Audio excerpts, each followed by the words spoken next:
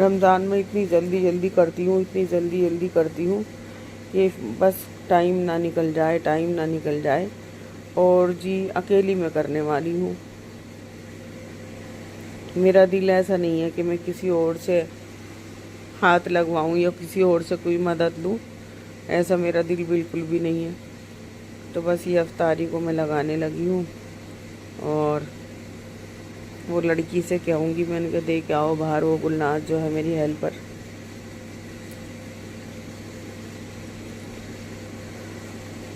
اپنی تو کوشش ہوتی ہے کہ جو بھی ہو سکے، یہ رمضان مبارک کا مہینہ ہے تو اگر ہم ایک نیکی کر رہے ہیں تو 70 ہمیں مل رہی ہیں، تو کتنا رحمت والا اور کتنا افضل مہینہ ہے یہ. تو جی پکوڑی میں کیا کرتی ہوں، ایک دن بنا لیتی ہوں، ایک دن نہیں بناتی، اس وجہ سے کہ بیٹی بھی نہیں کھاتی اور ہسبینڈ بھی کہتے ہیں کہ نہیں میرے تیزاب بننے لگتا ہے، مجھے نہیں کھانی. تو بس میں ہوں تو پھر میں ایسے ہی کرتی ہوں، ایک دن بنا لیتی ہوں، ایک دن نہیں بناتی. تو کبھی کبھار میں یہ بھی کرتی ہوں کہ ہسبینڈ سے کہہ دیتی ہوں کہ اب آپ باہر سے لے آنا.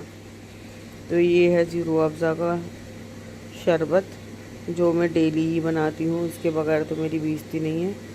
تو یہ لگ گئی میری افطاری.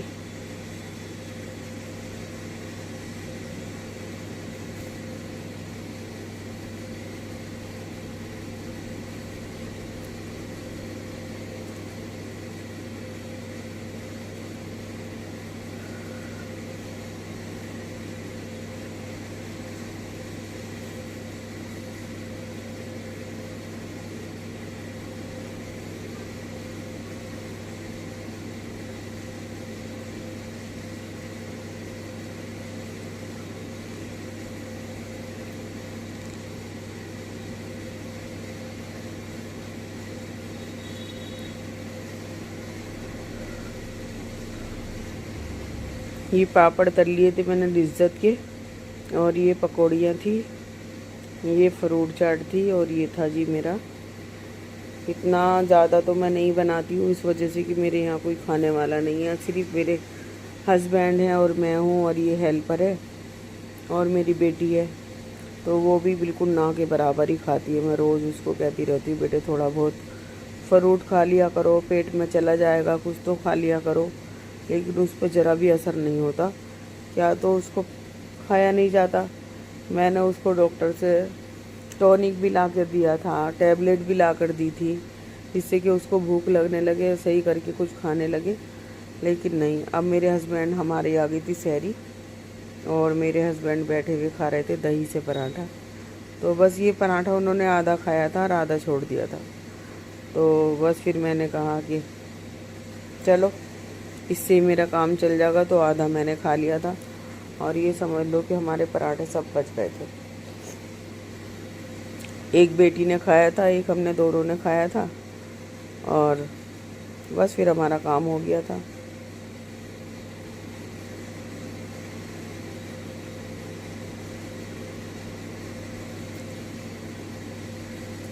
یہ آگے پیچھے کلپ جڑ جاتی ہیں جو پتہ نہیں چلتا. تو بس آج کا ولاگ میرا یہیں تک تھا. اللہ حافظ.